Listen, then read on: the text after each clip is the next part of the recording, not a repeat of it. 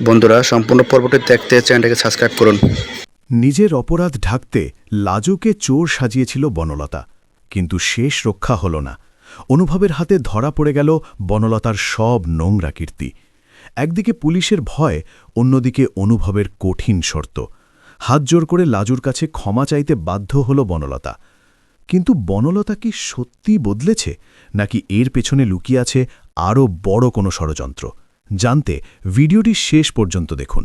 অনুভবের শর্ত শুনে বনলতার পায়ের তলা থেকে মাটি সরে যায়, কারণ সে জানত অনুভবের মনে লাজুর জন্য একটা আলাদা জায়গা তৈরি হয়েছে।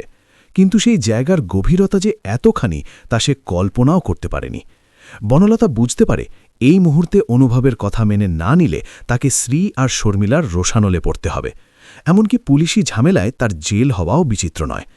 তাই সে মনে মনে ফোন দিয়ে আটে যে আপাতত নিজেকে বাঁচানোর জন্য লাজুর পায়ের তলায় সঁপে দিতে হবে নিজেকে।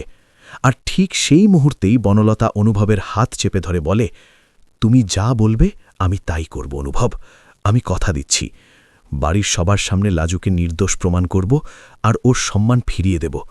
তুমি শুধু আমাকে এই যাত্রায় বাঁচিয়ে নাও।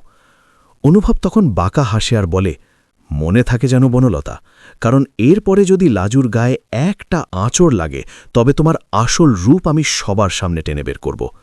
এরপর শুরু হয় আসল নাটক। বনলতা ড্রয়িং রুমে গিয়ে ডুকরে কাঁদতে শুরু করে আর চিৎকার করে বাড়ির সবাইকে ডাকতে থাকে। স্ত্রী শর্মিলা আর ঠাম্মি ছুটে আসে। তারা ভাবে হয়তো বনলতার কোনো বিপদ হয়েছে। স্ত্রী জিজ্ঞেস করে, কি হয়েছে বনলতা, তুমি এভাবে কাঁদছ কেন?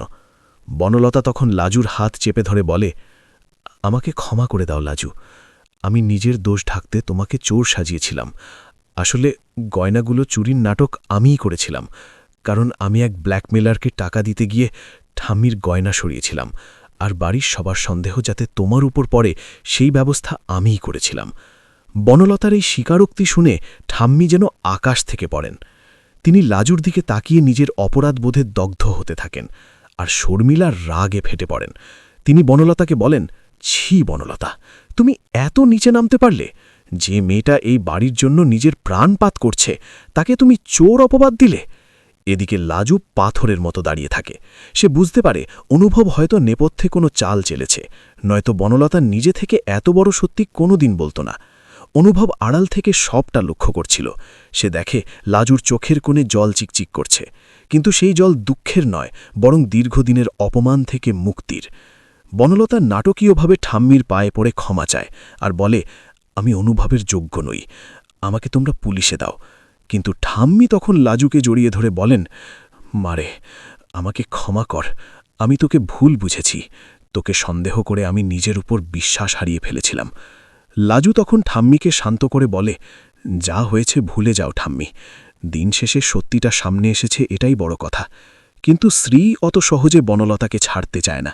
সে অনুভবকে বলে, তুমি সবটা জেনেও কেন চুপ ছিলে অনুভব? অনুভব তখন বলে, আমি চেয়েছিলাম বনলতা নিজে তার ভুল স্বীকার করুক, কারণ জবরদস্তি সত্যি বলানোর চেয়ে অনুশোচনা হওয়া বেশি জরুরি। তবে অনুভবের মনে তখন অন্য চিন্তা ঘুরপাক খাচ্ছে। সে জানে ময়ূখ নামের রোগটা বনলতার অতীত নিয়ে এখনও খেলা করছে, আর সেই লোকটাকে না থামালে এই সংসার শান্ত হবে না। অন্যদিকে বনলতা নিজের ঘরে গিয়ে রাগে ফুঁসতে থাকে। সে মনে মনে বলে, আজ লাজুর কাছে মাথা নিচু করতে হলো শুধু অনুভবের জন্য, কিন্তু এই অপমান আমি ভুলব না। সুযোগ বুঝে আমি এমন চাল চালব যাতে লাজু আর অনুভব দুজনেই এই বাড়ি থেকে চিরতরে বিদায় নেয়। সে আলমারি থেকে একটা গোপন ডায়েরি বের করে আর ময়ূখের নামটা কেটে দেয়। তার মানে সে এবার ময়ূখকে সরিয়ে নিজের রাস্তা পরিষ্কার করতে চায়। এদিকে লাজু যখন রান্নাঘরে কাজ করছিল তখন অনুভব সেখানে আসে আর লাজুর খুব কাছে গিয়ে দাঁড়ায়। লাজু থতমত খেয়ে যায় আর বলে, আপনি এখানে কি করছেন? যদি কেউ দেখে ফেলে? অনুভব বলে, দেখলে দেখবে, আমি আমার স্ত্রীর কাছে এসেছি, এতে ভয়ের কি আছে? লাজু বলে, এখনও তো আমি আপনার আইনত স্ত্রী নই। অনুভব তখন লাজুর হাত ধরে বলে, খুব শিগগিরই সেই পরিচয়টাও পাকা হয়ে যাবে। বনলতা যা করেছে তার জন্য আমি লজ্জিত। লাজু বলে, আপনার কোনো দোষ নেই, আপনি তো সবটা ঠিক করে দিলেন, কিন্তু আমার একটা অনুবোধ আছে অনুভব বাবু, আপনি বনলতা দিদিকে আর বেশি চাপ দেবেন না। মানুষ দেওয়ালে পিঠ ঠেকে গেলে ভয়ঙ্কর হয়ে ওঠে। অনুভব লাজুর এই সারল্য দেখে অবাক হয়ে যায়, সে ভাবে যে মেয়েটাকে চোর সাজানোর চেষ্টা হলো সে কি করে এখনও অপরাধীর কথা ভাবছে। অনুভব মনে মনে শপথ করে সে যে করেই হোক লাজুর ডাক্তা হওয়ার স্বপ্ন পূরণ করবে আর বনলতার পাস্ট লাইফের সব জট খুলবে, যাতে লাজু শান্তিতে বাঁচতে পারে। তবে গল্পের ক্লাইম্যাক্স তখন আসে যখন মাঝরাতে কলিং বেল বেজে ওঠে আর দরজা খুলতেই দেখা যায় পুলিশের পোশাকে এক অফিসার দাঁড়িয়ে আছে। সে বলে বনলতা দেবীর নামে একটা অ্যারেস্ট ওয়ারেন্ট আছে, কারণ ময়ূক নামে এক ব্যক্তি খুনের চেষ্টার অভিযোগ করেছেন বনলতার বিরুদ্ধে। বাড়ির সবাই স্তব্ধ হয়ে যায় আর বনলতা বুঝতে পারে ময়ূক তাকে শেষ না করে ছাড়বে না। এবার শুরু হয় নতুন এক লড়াই, যেখানে লাজুকে আবার অনুভবের পাশে দাঁড়িয়ে প্রমাণ করতে হবে যে সে কেবল একজন সেবায়িকা নয়, বরং এই বাড়ির রক্ষা কবচ। পুলিশের আগমনে বাড়ির পরিবেশ মুহূর্তে থমথমে হয়ে যায়। শর্মিলা আর শ্রী একে অপরের মুখের দিকে তাকাতে থাকেন, কারণ তারা ভাবতেও পারেননি যে বনলতার অপরাধের জাল এত দূর পর্যন্ত বিস্তৃত। পুলিশ অফিসার যখন ময়ূখে আনা খুনের চেষ্টার অভিযোগের কথা বলেন তখন বনলতা ভয়ে কুঁকড়ে যায়। অনুভব সামনে এগিয়ে এসে অফিসারকে জিজ্ঞাসা করে, আপনার কাছে কি নির্দিষ্ট কোনো প্রমাণ আছে যে বনলতা এমন কিছু করেছেন? অফিসার একটি অডিও রেকর্ডার বের করেন, যেখানে শোনা যায় বনলতা ময়ূককে হুমকি দিচ্ছে যে তাকে টাকা না দিলে সে তাকে দুনিয়া থেকে সরিয়ে দেবে। বনলতা চিৎকার করে বলে ওঠে, এটা মিথ্যে, এই কণ্ঠস্বর আমার নয়, আমাকে ফাঁসানো হচ্ছে। কিন্তু অনুভবের তীক্ষ্ণ দৃষ্টি বনলতার উপর স্থির থাকে, কারণ সে জানে এই রেকর্ডিংয়ের সত্যতা কতটুকু। ঠিক এই সংকটময় মুহূর্তে রান্নাঘর থেকে লাজু বেরিয়ে আসে, তার হাতে এক গ্লাস জল। সে শান্ত গলায় পুলিশ অফিসারকে বলে, স্যার, কোনো সিদ্ধান্তে পৌঁছানোর আগে একবার ভাবুন, যে মানুষটা নিজেই মানসিকভাবে বিপর্যস্ত সে কি কাউকে খুনের পরিকল্পনা করতে পারে? বনলতা দিদি ভুল করেছেন ঠিকই, কিন্তু তিনি অপরাধী নন, পরিস্থিতির শিকার। লাজুর এই কথা শুনে বাড়ির সবাই অবাক হয়ে যায়, বিশেষ করে বনলতা, যে কিছুক্ষণ আগেই লাজুকে চোর সাজিয়েছিল। সে বিশ্বাসই করতে পারছে না লাজু তাকে বাঁচানোর চেষ্টা করছে।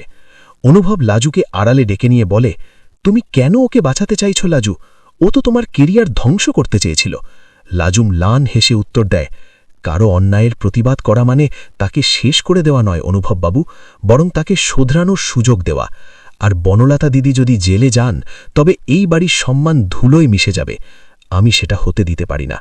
অনুভব লাজুর মহানুভবতা দেখে মুগ্ধ হয়। সে পুলিশ অফিসারকে অনুরোধ করে যাতে তদন্তের জন্য বনলতাকে থানায় না নিয়ে গিয়ে বাড়িতেই জিজ্ঞাসাবাদ করা হয়। অনুভবের প্রভাব আর লাজুর যুক্তির কাছে অফিসার কিছুটা নরম হন এবং ২৪ ঘণ্টার সময় দিয়ে চলে যান, কিন্তু যাওয়ার আগে সতর্ক করে দিয়ে যান যে যদি ময়ূখের অভিযোগ সত্যি প্রমাণিত হয় তবে কাউকেই ছাড়া হবে না। পুলিশ চলে যাওয়ার পর শ্রী বনলতার কাছে গিয়ে সপাটে এক চড় কষিয়ে দেয়। শ্রী গর্জে উঠে বলে, তোর জন্য আজ আমাদের মাথা হেঁটে হয়ে গেল। কেন করেছিলি এসব? ওই ময়ূক লোকটা কে, যার জন্য তুই খুনি হতে যাচ্ছিস? বনলতা ডুকরে কেঁদে ওঠে আর সবটা খুলে বলে। সে জানায় কিভাবে ময়ূক তার অতীতকে হাতিয়ার করে তাকে তিলে তিলে শেষ করছে। সে আরও জানায় যে ঠাম্মির গয়না বিক্রির সব টাকাই ময়ূক আত্মসাৎ করেছে এবং আরও টাকার জন্য চাপ দিচ্ছে। পরের দিন সকালে লাজু একাই এক দুঃসাহসিক সিদ্ধান্ত নেয়। সে কাউকে না জানিয়ে ময়ূখের আস্তানায় যাওয়ার পরিকল্পনা করে। তার মনে হয় ময়ূককে সামনাসামনি মোকাবিলা না করলে এই সমস্যার সমাধান হবে না। এদিকে অনুভব লক্ষ্য করে লাজু বাড়িতে নেই। সে লাজুর ফোনের লোকেশন ট্র্যাক করে বুঝতে পারে সে শহরের এক পরিত্যক্ত গোদামের দিকে যাচ্ছে। অনুভব দ্রুত তার গাড়ি বের করে লাজুর পিছু নেয়। গোদামে পৌঁছে লাজু দেখে ময়ূক সেখানে মদ্যপ অবস্থায় বসে আছে। ময়ূক লাজুকে দেখে অট্টহাসি হেসে বলে, আরে ডক্টর ম্যাডাম যে, বনলতা কি তবে তোমাকেই পাঠিয়েছে রফা করতে? লাজু নির্ভীভয়ে বলে, রফা নয় ময়ূকবাবু, আমি এসেছি আপনাকে একটা সুযোগ দিতে। আপনি পুলিশের কাছে গিয়ে আপনার সব মিথ্যে অভিযোগ তুলে নিন, নয়তো আপনার বিরুদ্ধে ব্ল্যাকমেলিংয়ের এমন সব প্রমাণ আমার কাছে আছে যা আপনাকে সারা জীবন শ্রীঘরে রাখতে বাধ্য করবে। ময়ূক রেগে গিয়ে লাজুর টুটি চেপে ধরে। ঠিক সেই সময় অনুভব ঝড়ের গতিতে ভেতরে ঢোকে আর ময়ূককে এক ঘুষিতে মাটিতে ফেলে দেয়। অনুভবের চোখে তখন আগুন। সে ময়ূককে হুঁশিয়ারি দিয়ে বলে, আমার বাড়ির মেয়ের গায়ে হাত তোলার সাহস কি করে হলো তোর? বনলতা যা করেছে তার বিচার আইন করবে, কিন্তু তুই যে জালিয়াতি করছিস তার শেষ আজ এখানেই। পুলিশের বড় কর্তার সাথে যোগাযোগ করে ময়ূখের সব কল রেকর্ড আর বনলতাকে পাঠানো হুমকির মেসেজগুলো উদ্ধার করে ফেলে অনুভব। পুলিশ এসে ময়ূককে হাতকড়ি পড়ায়। যাওয়ার সময় ময়ূক চেঁচিয়ে বলতে থাকে যে সে ফিরে আসবে, কিন্তু কেউ তার কথায় কর্ণপাত করে না। বাড়ি ফিরে অনুভব আর লাজু যখন ড্রয়িং রুমে ঢোকে তখন ঠাম্মি এগিয়ে এসে লাজুর মাথায় হাত রাখেন। তিনি বলেন, আজ যদি তুই না থাকতি তবে বনলতার সাথে সাথে আমাদের বংশের নামটাও ডুবে যেত রে দিদি। আমি তোকে চিনতে ভুল করেছিলাম রে দিদি। বনলতা অপরাধ বোধে মাথা নিচু করে লাজুর সামনে গিয়ে দাঁড়ায়। সে হাত জোড় করে বলে, লাজু, আমি তোমার কাছে ক্ষমা চাওয়ার যোগ্য নই। আমি তোমাকে ঘৃণা করতাম, কারণ তোমার মধ্যে সেই গুণগুলো আছে যা আমার নেই। কিন্তু আজ যা তুমি করলে তার জন্য আমি আজীবন তোমার ঋণী হয়ে থাকলাম। অনুভব তখন বলে, ক্ষমা চাইলে হবে না, এবার থেকে তোমাকে লাজুর পাশে দাঁড়িয়ে ওকে একজন সফল ডাক্তার হিসাবে গড়ে তুলতে সাহায্য করতে হবে। এটাই তোমার প্রায়শ্চিত্ত। গল্পের মোড় অন্যদিকে ঘোরে যখন শ্রী আর শর্মিলা বুঝতে পারেন যে লাজুই আসলে এই বাড়ির আসল লক্ষ্মী। তারা ঠিক করেন লাজু আর অনুভবের বিয়েটা সামাজিকভাবে ধুমধাম করে দেবেন। কিন্তু লাজু জানায় সে এখন বিয়ে নয়, বরং তার ফাইনাল পরীক্ষার দিকে মনোযোগ দিতে চায়। অনুভব স্মিত হেসে লাজুকে সমর্থন করে।